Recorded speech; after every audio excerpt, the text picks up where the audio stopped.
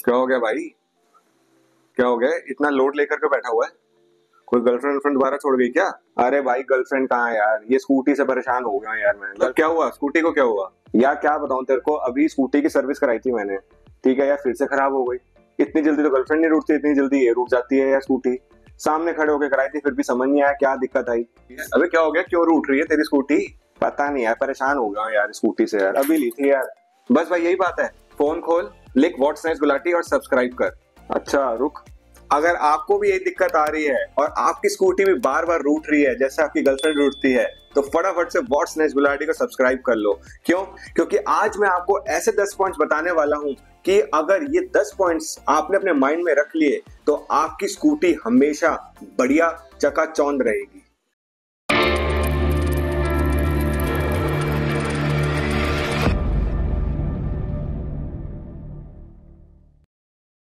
So hello everyone, welcome back to our channel what's nice Gulati. मेरा नाम है प्रशांत। जब भी हम स्कूटी की सर्विस कराने जाते हैं, चाहे हम जाए सर्विस सेंटर कंपनी की या कोई भी लोकल सर्विस सेंटर में जाए, तो हम हमेशा प्रेफर करते हैं कि सामने खड़े होकर करवाएं। हाँ भाई, क्यों ना करवाएं, ताकि हम देख सके कि जो सर्विस हो रही है वो ढंग से हो रही है या नहीं। लेकिन उसके बाद भी कभी कभार दिक्कतें आ जाती हैं। वो इसलिए क्योंकि हमें नहीं पता होता कुछ चीजों के बारे में कि इन्होंने ये चीज सही करी या नहीं करी। यानी कि आज मैं आपके सामने 10 चेकलिस्ट बताने जा रहा हूं कि कैसे आप अपनी स्कूटी को मेंटेन कर सकते हैं जब भी आप सर्विस कराने जाएं। ठीक है, तो चलते हैं, वीडियो को एंड तक जरूर देखना। बात ऐसी है कि जब मैं सुजुकी एक्सएस 125 की सर्विस कराने गया, मतलब फोर्थ सर्विस कराने गया शोरूम में, तो वहां पर एक बहुत बड़ा चार्ट लगा हुआ था। 20 पॉइंट्स लिखे गए थे उसके अंदर कि ये चीजें आपको चेक करनी चाहिए। ठीक है, तो ये चीजें मैंने देखी, अच्छे से समझी, तो सोचा आपके साथ मैं शेयर करूं, क्योंकि अगर मेरे को नॉलेज हुई है तो आपके साथ तो मैं शेयर करूंगा। तो दोस्तों, इस वीडियो में मैं आपके साथ 10 पॉइंट्स शेयर करूंगा, और अगर आपको ये वीडियो पसंद आती है और आप चाहते हैं कि मैं सेकंड पार्ट भी लेकर आऊं, तो आप कमेंट बॉक्स में लिखना जरूर that we want second part. ठीक है, तो उसमें मैं आपके साथ 10 पॉइंट्स और शेयर करूंगा, क्योंकि 20 पॉइंट्स है तो वीडियो बहुत लंबी ना हो जाए, तो इसलिए अभी फिलहाल मैं 10 पॉइंट्स शेयर करने वाला हूं। चलिए चलते हैं, बिना टाइम वेस्ट करे और समझते हैं वो कौन से 10 पॉइंट्स हैं जो आपको ध्यान रखने हैं। फटाफट से रजिस्टर निकाल लो, पेन निकाल लो और लिख लेना। चलिए चलते हैं। कुछ ऐसे पॉइंट्स भी होंगे जो बहुत कॉमन है, लेकिन मैंने सारे पॉइंट्स इसके साथ शेयर करे हैं, इसमें डाले हैं चेकलिस्ट में, ताकि आपको कोई दिक्कत ना हो। पहला पॉइंट है इंजन ऑयल। ये तो सबको पता है भाई कि हमें हर एक सर्विस में इंजन ऑयल चेंज कराना चाहिए, है ना। जब भी आप कोई भी सर्विस कराएं, चाहे फर्स्ट सर्विस हो चाहे 7th सर्विस हो, हर एक सर्विस में इंजन ऑयल आप चेंज कराइए। भाई मैं क्या करता हूँ आपको बता देता हूँ। सर्विस कराने जाता हूँ, जब सर्विस हो रही होती है तो मैं उसको बोलता हूँ, भाई मेरे सामने इंजन ऑयल आएगा, उसका सील्ड ओपन होगा, मेरे सामने ही डलेगा। आप मेरे को चाहे बुला लेना अगर मैं इधर उधर होऊंगा। ठीक है, तो आप भी यही करिए। आपको हमेशा इंजन ऑयल आपको हमेशा अपने सामने डलवाना है और हर एक सर्विस में इंजन ऑयल चेंज करना है। ओके, अब चलते हैं सेकंड चेकलिस्ट पर। सेकंड चेकलिस्ट है oil strainer clean. Oil strainer होता क्या है? बेसिकली ऑयल स्ट्रेनर इंश्योर करता है कि जो ऑयल सर्कुलेट हो रहा है वो क्लीन रहे, और कोई भी अगर मेटल पार्ट्स है वो उसको अपनी तरफ खींच ले। ठीक है, जो भी इंजन में ऑयल जाएगा वो साफ जाए, कोई भी छोटी मोटी डस्ट या मेटल पार्ट्स होंगे वो उस चीज को अपनी तरफ खींच लेगा। इसको आपको हमेशा ऑल्टरनेट में क्लीन कराना है। अगर फर्स्ट सर्विस आपकी है तो उसमें मत कराइए, सेकंड सर्विस में कराइए, फिर फोर्थ में, फिर 6th में, फिर 8th में। इसमें होता क्या है, इसको ओपन किया जाता है। इसको ओपन करने के बाद जो ऑयल स्ट्रेनर होता है, इसको पेट्रोल के अंदर डाला जाता है थोड़ी देर के लिए, ताकि वो क्लीन हो जाए, और ब्रश से भी उसको साफ किया जाता है अच्छे से। तो ऑयल स्ट्रेनर बहुत ज्यादा इंपॉर्टेंट होता है ताकि इंजन अच्छे से वर्क कर सके। ओके, तो ये थे 2 चेकलिस्ट। अब चलते हैं थर्ड चेकलिस्ट पर। थर्ड चेकलिस्ट है गियर बॉक्स ऑयल। आपके अंदर ये क्वेश्चन आ रहा होगा कि इसमें कौन सा गियर बॉक्स है? गियर बॉक्स तो बाइक में होता है। नहीं भाई, इसमें भी गियर बॉक्स होता है।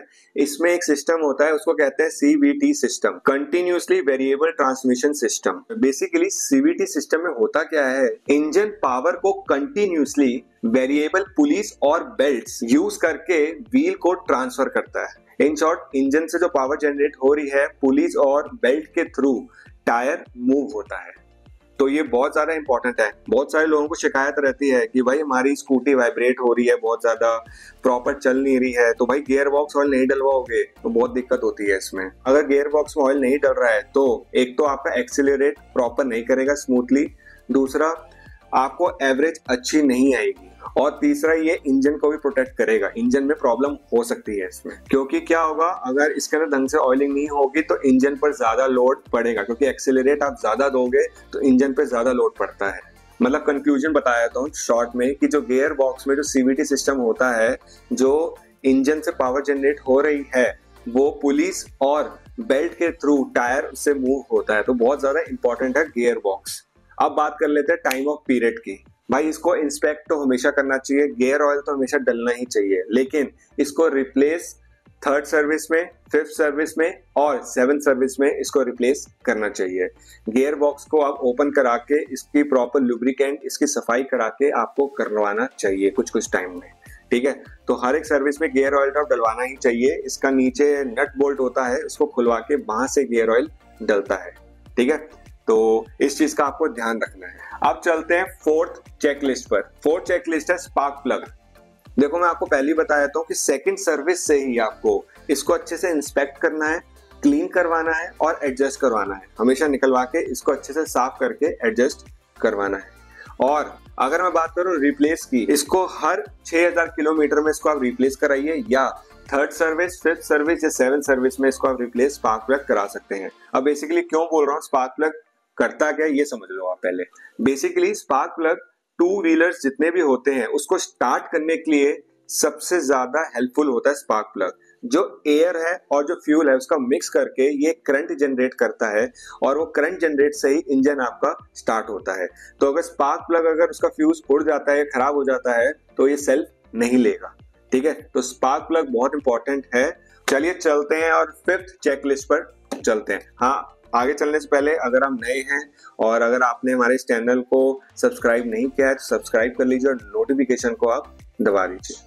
अब चलते हैं 5th पॉइंट पर। 5th पॉइंट है air filter. Air filter basically आप क्या होता है, मैंने 2nd सर्विस कराई थी, वो कहता है भाई नया लगवा लो। मैंने कहा मैं नया क्यों लगवाऊं, अभी तू ऐसे ही साफ कर ले इसको।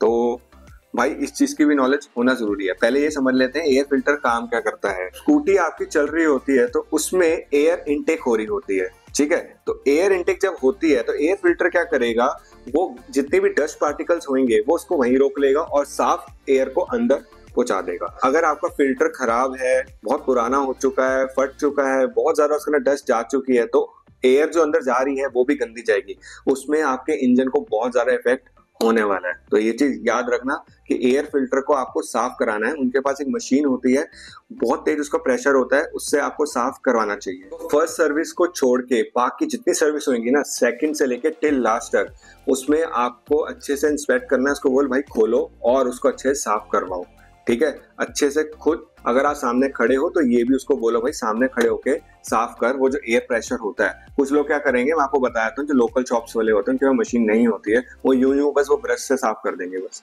ठीक है।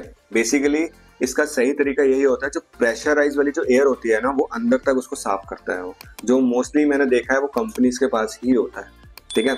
तो ये इस चीज का आपको ध्यान रखना है। और मैं बात कर लूँ उसको चेंज कब कराना चाहिए। जो नॉर्मल पेपर और फोम है वो आपको 12000 किलोमीटर बाद नया लगवाना चाहिए। अभी मेरे भी 12000 हो गए, मैं भी चेंज कराने वाला हूँ अगली सर्विस में।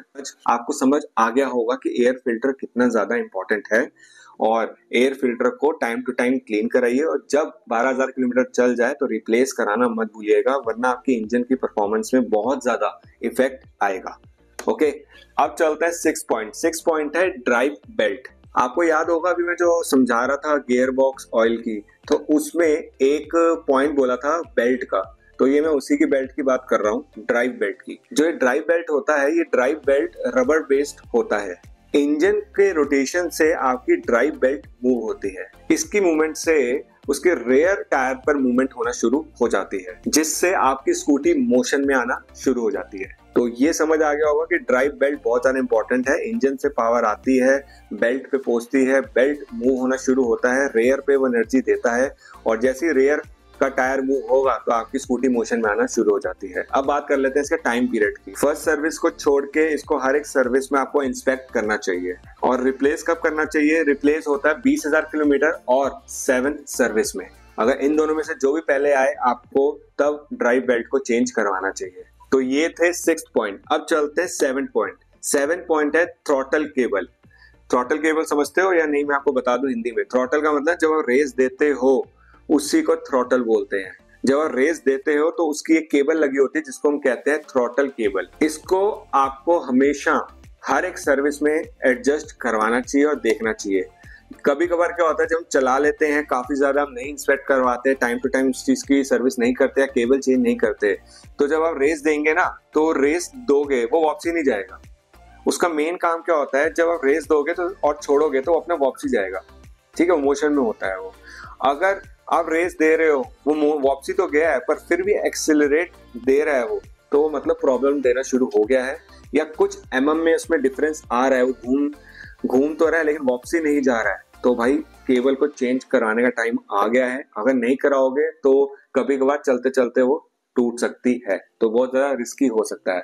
तो आपको इसको हर एक सर्विस में इंस्पेक्ट करना चाहिए, और मोस्टली हर एक सर्विस सेंटर वाला वो चेक कर ही लेता है, ठीक है। फिर भी आपको अगर चेकलिस्ट बता रहा हूँ तो आपको देखना है, ओके।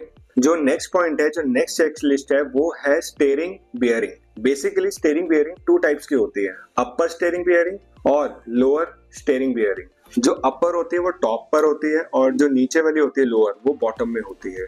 ये दोनों बियरिंग सपोर्ट करते हैं जो हैंडल बार होता है कि वो कितना स्मूथ है और वो कितना कंट्रोल रख रहा है, उसकी मूवमेंट कैसी है, कि मूवमेंट उसकी स्मूथ है या नहीं। तो स्टीयरिंग बियरिंग का बेसिकली मतलब यही होता है कि कहीं जाम तो नहीं हो गया ये मुड़ते वक्त, या अगर आप स्कूटी मोड़ रहे हो, हैंडल इसका हैवी तो नहीं लग रहा आपको, या काफी ज्यादा फ्लेक्सिबल तो नहीं हो गया काफी, है ना, बिल्कुल मीडियम में है या नहीं। तो स्टीयरिंग बियरिंग का काम यही होता है आपके हैंडल की मूवमेंट को स्मूथ रखना। अगर स्कूटर की स्टीयरिंग बियरिंग डैमेज हो जाए या कोई इशू आ जाए उसमें, या वियर एंड टियर हो जाए, तो हैंडलिंग एंड कंट्रोल पर उस पर असर हो सकता है, यानी कि इसकी जो हैंडलिंग है, जो कंट्रोलिंग है, उस पर असर आ सकता है। तो उसको टाइम टू टाइम चेक कराना बहुत ज्यादा जरूरी है। सो फ्रेंड्स, इसको हर एक सर्विस में इंस्पेक्ट करवाइए, उसको चेक करवाइए अच्छे से कि कहीं प्रॉब्लम तो नहीं है। वो बाहर से ही वो चेक कर लेगा और वो आपको बता देगा कि भाई इसको ठीक कराने की जरूरत है या नहीं है, ठीक है। 9th चेकलिस्ट है rear and front brakes. Definitely मैं तो भाई जब भी सर्विस कराने जाता हूँ सबसे पहला पॉइंट मेरे मुंह से ही निकलता है, भाई ब्रेक कम हो रही है, इसको टाइट कर ले, ठीक है। जो पीछे रेयर की ब्रेक होती है वो जो टायर के पास ही होती है, वो आप खुद भी कर सकते हो कभी अगर आपको नहीं पता, बट फिर भी उसको आपको ध्यान से टाइट करना होता है। यानी कि कभी कभार ज्यादा टाइट होने की वजह से भी टायर का मोशन तेजी से नहीं होता है। कितना टाइट करना है, कितना लूज रखना है, ये कंपनी वाले को पता होता है या सर्विस सेंटर्स वालों को पता होता है जो सर्विस कर रहा है। तो हमेशा जो ब्रेक्स हैं वो चेक करिए, सही से करवाइए टाइट। और आगे के अगर आपकी डिस्क ब्रेक है तो नीचे इसमें आपको दिख जाता है फ्लूइड कितना है, तो उसको बोलिए भाई फ्लूइड चेक कर, कम है तो डलवाओ। और ये आपको हर एक सर्विस में देखना है, चाहे वो फर्स्ट सर्विस हो, चाहे 6th हो, चाहे 7th सर्विस हो, ठीक है। हर एक सर्विस में आपको ये चेक करना है। जब भी आप स्कूटी लेकर वापसी जाने लगो, हमेशा ब्रेक मार के, पीछे की ब्रेक मार के चेक करना है कि सही है, मूवमेंट है या नहीं, और एक्सीलरेटर भी सही से चेक करना है, ठीक है। कुछ भी अगर आपको लग रहा है टाइट ज्यादा हो गया है या टाइट उन्होंने ज्यादा नहीं करा है, तो उसी टाइम वो करवा लो, वो वहीं कर देगा आपको। अब बात करते हैं 10th नंबर पर मैं ले रहा हूँ टायर। बेसिकली जब भी आप सर्विस कराते हैं तो टायर जरूर चेक करवाइए अच्छे से कि कहीं लीकेज तो नहीं हो रही है उसकी, और उसको प्रॉपर तरीके से फिल करवाइए। बहुत सारे लोगों को नहीं पता होता कि कितनी हवा डलवानी है इसमें, तो स्कूटी और बाइक में ऑलरेडी इसमें मेंशन होता है कि कितनी एयर होती है, ठीक है। ये आप देख सकते हैं, ये एक टेबल टाइप बना हुआ है। सो फ्रेंड्स, ये था पार्ट 1, और ये 10 पॉइंट्स, 10 चेकलिस्ट आपको याद रखने चाहिए ताकि आपकी स्कूटी सही से चले। अगर आप चाहते हैं कि मैं पार्ट 2 लेकर आऊं, और भी 10 पॉइंट्स हैं ऐसे जो आपको ध्यान रखने चाहिए, तो जरूर मेरे को कमेंट बॉक्स में बताना दैट आई वांट पार्ट 2। और वो 10 पॉइंट्स जो बताऊंगा उसमें और मजा आएगा और आपको बहुत कुछ सीखने को मिलेगा। ऐसी इन्फॉर्मेटिव वीडियो के लिए आप हमको सब्सक्राइब कर लीजिए व्हाट्स नेक्स्ट गुलाटी को, और बेल आइकन को दबा दीजिए। तो thank you so much friends video को एंड तक देखने के लिए, थैंक यू।